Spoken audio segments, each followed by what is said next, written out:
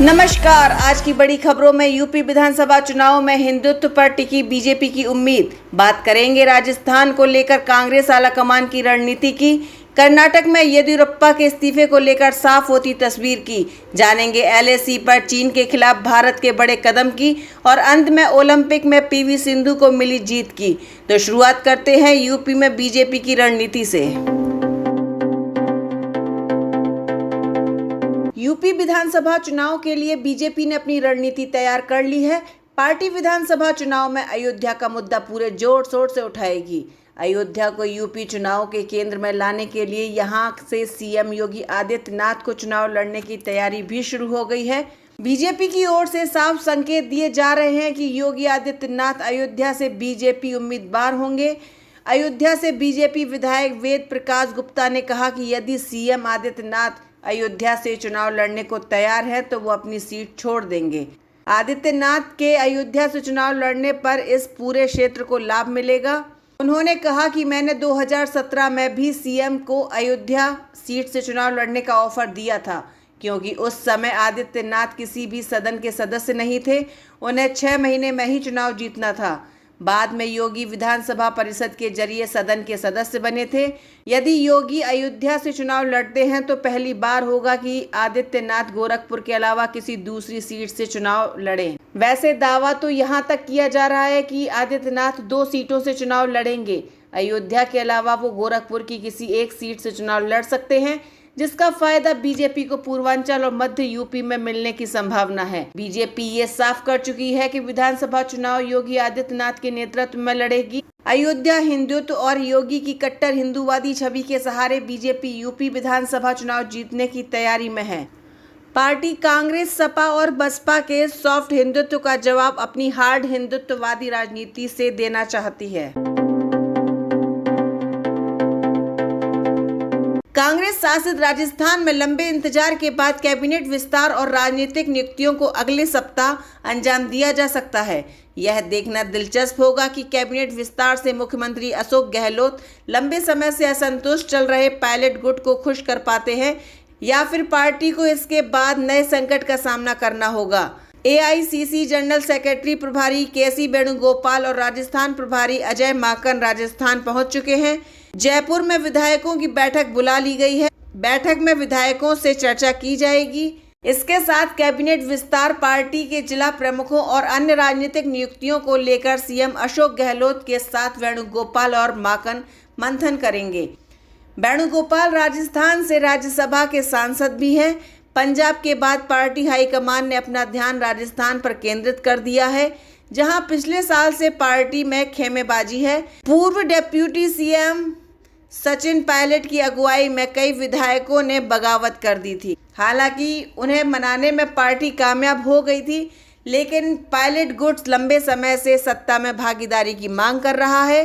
कुछ दिन पहले ही पायलट ने इशारा किया था कि पार्टी उनकी ओर से उठाए गए मुद्दों पर कदम उठाएगी।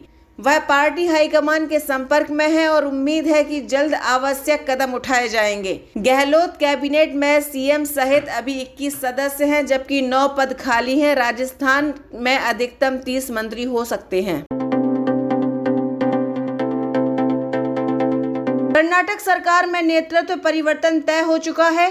बीजेपी आलाकमान की ओर से येदियुरप्पा को इस्तीफा देने के लिए कह दिया गया है और अब ये तय हो गया है कि 26 जुलाई को जब येदियुरप्पा अपनी सरकार के 2 साल पूरा होने का जश्न मनाने के साथ ही अपने इस्तीफे का ऐलान भी कर देंगे। 26 जुलाई को ही बीजेपी विधायक दल की बैठक भी होगी, जिसमें नए नेता का चुनाव किया जाएगा।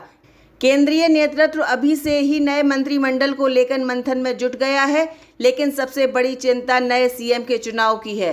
अब तक सबसे आगे चल रहे प्रहलाद जोशी जातिगत समीकरण में फिट नहीं बैठ रहे हैं, लेकिन अभी भी वो सीएम पद की दौड़ में बने हुए हैं। इसके अलावा राष्ट्रीय महासचिव सीटी रवि, विधायक और पूर्व केंद्रीय मंत्री बसवनगौड़ा पाटिल यत्नाल, विधानसभा अध्यक्ष विश्वेश्वर हेगड़े कागेरी, खगन मंत्री मुरुगेश निरानी और विधायक अरविंद बेलाड का नाम भी सीएम पद के दावेदारों में है। राष्ट्रीय संगठन सचिव बीएल संतोष का नाम भी चर्चा में है। बीजेपी की सबसे बड़ी चिंता ये है कि कर्नाटक में अब तक पार्टी पूरी तरह से येदियुरप्पा के नियंत्रण में रही है और अब उसे येदियुरप्पा के साए से बाहर निकालना है। पार्टी 2023 में होने वाले अगले विधानसभा चुनाव को जीतने पर भी ध्यान केंद्रित कर रही है। रणनीति मुख्यमंत्री के रूप में एक ऐसे उम्मीदवार को स्थापित करने की है जो जाति की राजनीति को काट सकता है और सभी जातियों को हिंदुत्व की छतरी के नीचे ला सकता है।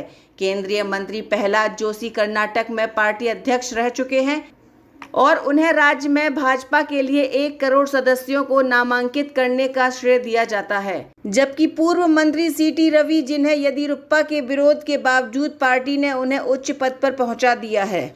अगर आला कमान लिंगायत समुदाय के अलावा किसी अन्य उम्मीदवार को नेतृत्व देने का फैसला करता है तो उसके पास एक बेहतर मौका है। यदि लिंगायत पर बीजेपी दांव लगाती है तो बसवनगौड़ा पाटिल यत्नाल के सीएम बनने की संभावनाएं सबसे ज्यादा हैं, जो अपने उग्र भाषणों के लिए जाने जाते हैं। लेकिन पार्टी किसी नए चेहरे की घोषणा करे तो आश्चर्य नहीं होना चाहिए, क्योंकि भाजपा के शीर्ष नेतृत्व ने अन्य राज्यों में ऐसा प्रयोग किया है।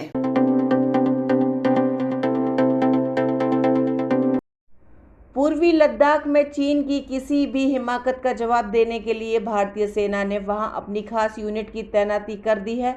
भारत ने LAC पर उत्तरी कमान क्षेत्र में आतंकवादी विरोधी अभियानों में लगी इकाइयों को तैनात किया है। चीन द्वारा वहां आक्रामकता दिखाने के किसी भी संभावित कोशिश से निपटने के लिए इस इकाई के लगभग 15,000 सैनिकों को तैनात किया गया है। इन्हें आतंकवाद विरोधी अभियानों से हटाकर लद्दाख क्षेत्र में ले जाया गया। चीन की आक्रामकता को देखते हुए लेह में 14 कोर्ट्स के पास अब 2 डिवीजन तैनात हैं, जो कारू स्थित 3 डिवीजन सहित LAC की निगरानी करते हैं। कुछ अतिरिक्त बख्तरबंद इकाइयों को उस क्षेत्र में तैनात किया गया है जहां पिछले साल से भारी संख्या में सैनिकों की चहलकदमी देखी जा रही है। भारत ने पूर्वी लद्दाख सेक्टर में लगभग 50,000 सैनिकों को तैनात किया है और वहां अपनी ताकत के स्तर को दुगने से अधिक बढ़ाने में मदद की है। पूर्वी लद्दाख में तनाव के मद्देनजर भारत सरकार ने कड़ा रुख अपनाया है और चीनियों को नियंत्रण में रखने के लिए वहां लगभग उतने ही सैनिकों को तैनात किया है जितनी संख्या में पड़ोसी मुल्क के सैनिक वहां मौजूद हैं, क्योंकि चीन गोगरा हाइट्स हॉट स्प्रिंग क्षेत्र में तनाव वाले स्थानों के पीछे हटने के लिए तैयार नहीं हो रहे हैं।